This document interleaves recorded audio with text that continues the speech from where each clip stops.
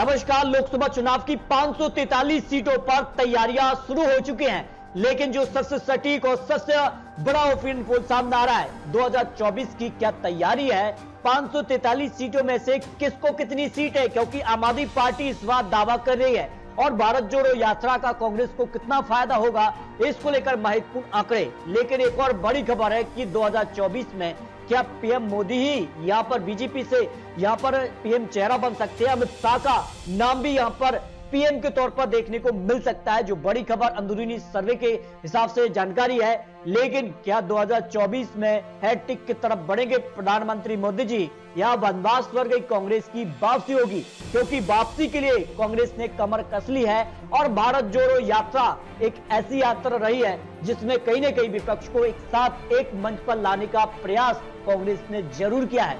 लेकिन इसके अलावा प्रशांत किशोर की रणनीति भी काफी महत्वपूर्ण हो जाती है, जिसमें एनसीपी हो या फिर विपक्ष के जो बड़े दिग्गज नेता हैं, जिसमें आम आदमी पार्टी हो, तृणमूल कांग्रेस और यहां पर बात की जाए नीतीश कुमार और यहां समाजवादी पार्टी बीएसपी आरएलडी, तो ये क्या एक साथ एक मंच पर आ पाएंगे, ये भी काफी महत्वपूर्ण है। इसके बाद कौन पीएम का चेहरा होगा, ये भी काफी महत्वपूर्ण हो जाता है। लेकिन जिस कारण से 2024 से पहले जिन राज्यों पर विधानसभा चुनाव होने हैं, उन राज्यों के नतीजे भी 2024 के लिए सेमीफाइनल की तरह माने जा रहे हैं और बीजेपी ने सभी राज्यों पर जीत का दावा किया है। लेकिन विपक्ष काफी मजबूत स्थिति में दिखाई दे सकता है इन राज्यों के लिए, जिसमें प्रकार से राजस्थान में कांग्रेस सरकार में है, छत्तीसगढ़ में कांग्रेस की सरकार है, तेलंगाना में अगर बात की जाए तो टेरस सरकार में रही है। इसके अलावा अगर बात की जाए छोटे राज्यों पर भी विधानसभा चुनाव होंगे, तो ये राज्यों के नतीजे काफी महत्वपूर्ण हो जाते हैं। लेकिन जिस कारण से प्रधानमंत्री मोदी जी का जो सफर है, उसमें कहीं ना कहीं जीत की एक प्रचंड लहर थी, लेकिन अब ग्राफ में कमी देखने को मिली है,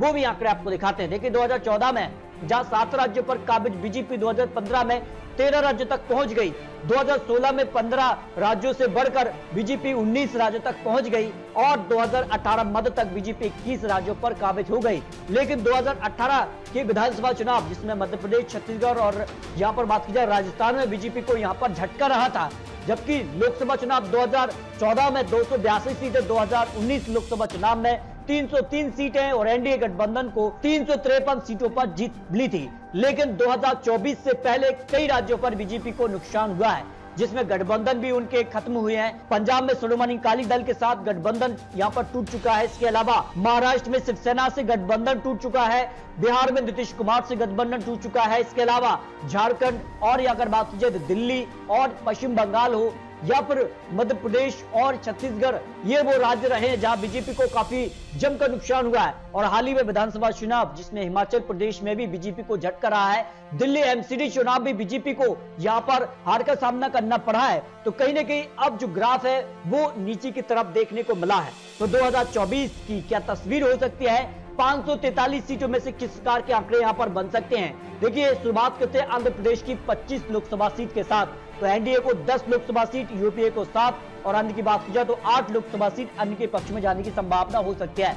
अरुणाचल प्रदेश की 2 लोकसभा सीट में से एक एनडीए और 1 सीट अन्य के पक्ष में जा सकती है, जबकि असम की 14 लोकसभा सीट पर एनडीए को जबरदस्त फायदा, 10 लोकसभा सीट है, यूपीए को 4 लोकसभा सीट पर जाने की संभावना, बिहार की 40 लोकसभा सीट पर एनडीए को 20 लोकसभा सीट मिल सकती है, जबकि यूपीए 10 और अन्य की बात की जाए तो अन्य भी यहां पर 10 लोकसभा सीट, जिसमें अगर बात की जाए तो महागठबंधन बन सकता है, जिसमें आरजेडी, जेडीयू, कांग्रेस यहां पर मिलकर चुनाव लड़ सकते हैं। बिहार चुनाव पर यह बड़े सर्वे सामने आ रहा है। छत्तीसगढ़ की 11 लोकसभा सीट पर एनडीए को 8 लोकसभा सीट, यूपीए को 3 लोकसभा सीट पर जीत की संभावना दिखाई दे रही है।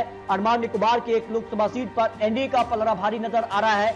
दिल्ली की 7 लोकसभा सीट भी काफी चौंकाने वाले आंकड़े बन सकते हैं। अब एनडीए को करीब 5 लोकसभा सीट पर एनडीए मजबूत है, जबकि 2 लोकसभा सीट आम आदमी पार्टी के पक्ष में भी जा सकती हैं और यहां पर कड़ी टक्कर के बीच यहां पर ये बड़ा मुकाबला देखने को मिल सकता है। एमसीडी में भी यहां पर कड़ी टक्कर देखने को मिली है बीजेपी और यहां पर आम आदमी पार्टी के बीच। इसके अलावा बात की जाए तो गोवा की 2 लोकसभा सीटें हैं, 1 सीट एनडीए और 1 सीट यूपीए के पक्ष में, यानी यहां पर बराबर की टक्कर देखने को मिल सकती है।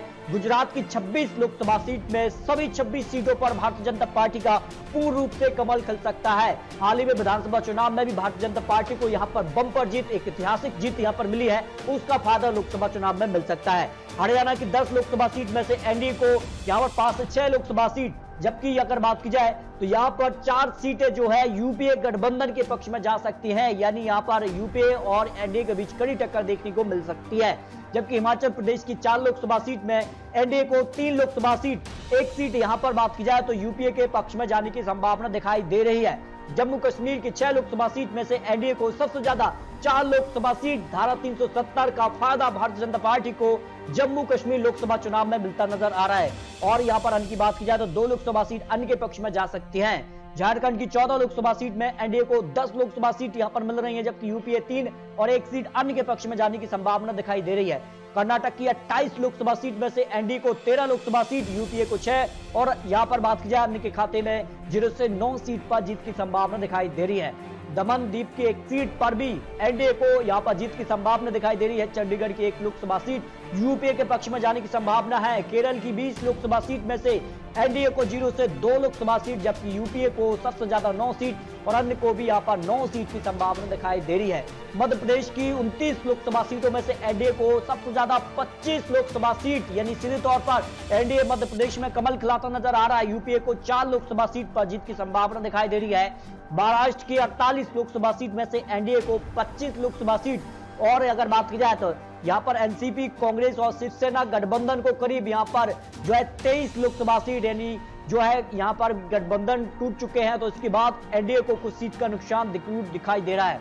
मणिपुर की 2 लोकसभा सीट की बात की जाए तो 1 सीट एनडीए को, 1 सीट अन्य के पक्ष में जाने की संभावना। नागालैंड की 1 लोकसभा सीट पर भी अन्य को जीत की संभावना दिखाई दे रही है। उड़ीसा की 21 लोकसभा सीट में से एनडीए को 10 लोकसभा सीट, यूपीए को 5 और 6 सीटें अन्य के पक्ष में जाने की संभावना दिखाई दे रही है। पंजाब में भी बड़ा उलटफेर हो चुका है। पंजाब की 13 लोकसभा सीटें हैं और यहां पर एनडीए को 0 से 2 सीट, जबकि यूपीए को 0 से 3 सीट, लेकिन आम आदमी पार्टी को यहां पर 0 से 8 सीट की संभावना दिखाई दे रही है। पंजाब में आम आदमी पार्टी यहां पर बड़ी पार्टी बन सकती है। राजस्थान की 25 लोकसभा सीट की भी बात की जाए तो यहां पर एनडीए को प्रचंड जीत मिल रही है। यहां पर एक बड़ी जीत मिल रही है। करीब यहां पर 21 से 22 सीट एनडीए के पक्ष में जा सकती हैं। 0 से 4 यूपीए के पक्ष में सीटें जाने की संभावना दिखाई दे रही है, यानी यहां पर भी एनडीए को बड़ी पार्टी बन सकती है। दमन द्वीप की 1 सीट पर एनडीए की जीत हो रही है, जबकि सिक्किम की 1 सीट पर भी एनडीए कमल खिलाता नजर आ रहा है। तमिलनाडु की 38 लोकसभा सीटों में से एनडीए को 18, जबकि यूपीए 9 और अन्य के खाते में 11 लोकसभा सीट पर जीत की संभावना दिखाई दे रही है। तेलंगाना भी काफी महत्वपूर्ण हो जाती है। 17 लोकसभा सीटों में से एनडीए को 12 लोकसभा सीटें, यूपीए को 5 सीटों पर जीत की संभावना दिखाई दे रही है, जिसमें टीआरएस पार्टी शामिल है। इसके अलावा उत्तर प्रदेश की 80 लोकसभा सीटें, सबसे बड़ा राज्य उत्तर प्रदेश, सबसे ज्यादा सीटें 80, लेकिन बीजेपी दावा कर रही है कि 80 की 80 सीटें उनके पक्ष में जा सकती हैं। ओपिनियन पोल के हिसाब से यहां पर 60 से 70 सीटों पर भारतीय जनता पार्टी एनडीए का कमल खिलता नजर आ रहा है। जबकि अगर बात की जाए तो यूपीए के खाते में 0 से 2 सीट, 10 सीटें समाजवादी पार्टी बीएसपी के पक्ष में जा सकती हैं। लेकिन माना यह जा रहा है कि क्या यहां पर एक बार फिर से महागठबंधन बनेगा, समाजवादी पार्टी, बीएसपी, कांग्रेस एक साथ चुनाव लड़ेंगे, अपने दम पर लड़ते हैं, तो फिर एनडीए का पलड़ा और भारी हो जाता है। करीब 70 से 75 सीटों तक एनडीए पहुंच सकता है। उत्तराखंड की 5 सीटों में से एनडीए को 4 लोकसभा सीट, 1 सीट यूपीए के पक्ष में जा सकती है। पश्चिम बंगाल की 42 लोकसभा सीट की बात की जाए तो यहां पर एनडीए को जबरदस्त 27 सीटों पर जीत मिल सकती है। 5 सीटें यूपीए और 10 सीटें यहां पर टीएमसी के पक्ष में जाने की संभावना दिखाई दे रही है।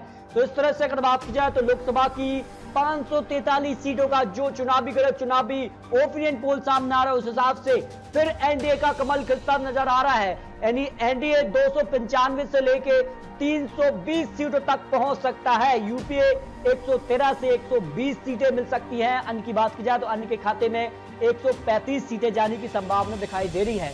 लेकिन आपको बता दें कि किस प्रकार के गठबंधन होते हैं, किस प्रकार के चुनावी वादे होते हैं, फिर आंकड़ा बदलता नजर आ रहा है। क्योंकि अगर बात की जाए तो जिस प्रकार से विपक्ष एक साथ चुनावी मैदान में उतरता है तो फिर आंकड़ा पलट सकता है, जो अनुमान यहाँ पर ओपिनियन पोल के हिसाब से सामने आ रहा है। आपको क्या लगता है?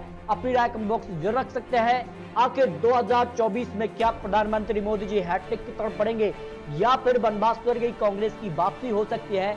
इस पर प्रयास रख सकते हैं। तो दोस्तों, मिलते हैं और लेटेस्ट और महत्वपूर्ण विश्लेषण के साथ। तब तक के लिए जय हिंद, जय भारत।